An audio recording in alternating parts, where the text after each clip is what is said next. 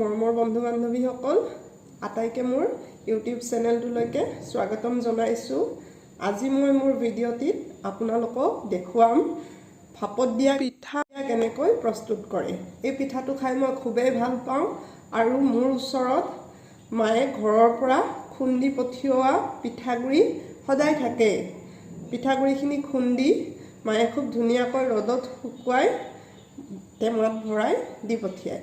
গতিকে সেই পিঠাগুৰিৰে মই কেনেকৈ ভাপত দিয়া পিঠা বনাই খাওঁ আজি আপোনালোককো দেখুৱাম। আহক তেন্তে ভিডিঅ'টো আৰম্ভ কৰোঁ। মই ইতিমধ্যে প্লেট এখনত সামগ্ৰী কেইবিধ উলিয়াই লৈছোঁ। প্ৰথমে আপোনালোকে দেখিবলৈ পাইছে এয়া একাপ পিঠাগুৰি।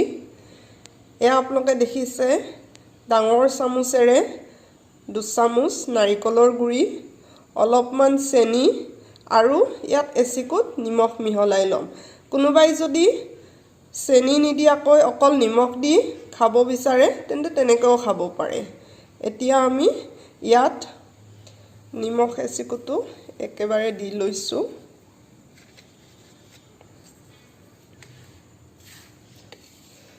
আটাইখিনি সামগ্ৰী মিলাই ল'লোঁ। ইয়াৰ পিছত আমি এয়া গৰম পানী একাপ উলিয়াই থৈছিলোঁ। একাপ পানী দৰকাৰ নাই বাৰু, অলপ অলপকৈ এনেকৈ মিলাই যাব।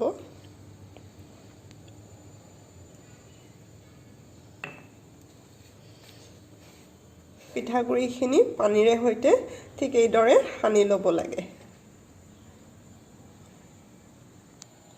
এয়া আপোনালোকে দেখিছে মই ইতিমধ্যে গেছৰ চুলা অন কৰি থৈছোঁ আৰু তাত কুকাৰ এটা উঠাই ভিতৰত পানী অলপ গৰম হ'বলৈ দি থৈছোঁ। তাৰপিছত মই আপোনালোকক দেখুৱাম এই পাত্ৰটো। এই পাত্ৰটোত মই তলৰ ফালে এটা মমেৰে ফুটা কৰি লৈছোঁ। আপোনালোকে এনেধৰণৰ জোখৰ বেলেগ পাত্ৰও ল'ব পাৰে। মানে পাত্ৰটো যদিহে প্লাষ্টিকৰ হয় তেতিয়াহ'লে মমেৰে ফুটাই ল'ব আৰু যিকোনো কাজকৰ্মত ব্যৱহাৰ কৰা ডিছপ'জেবল গ্লাছ দেখিছেই নহয় কাগজৰ, সেই কাগজৰ ডিছপ'জেবল গ্লাছো ব্যৱহাৰ কৰিব পাৰে।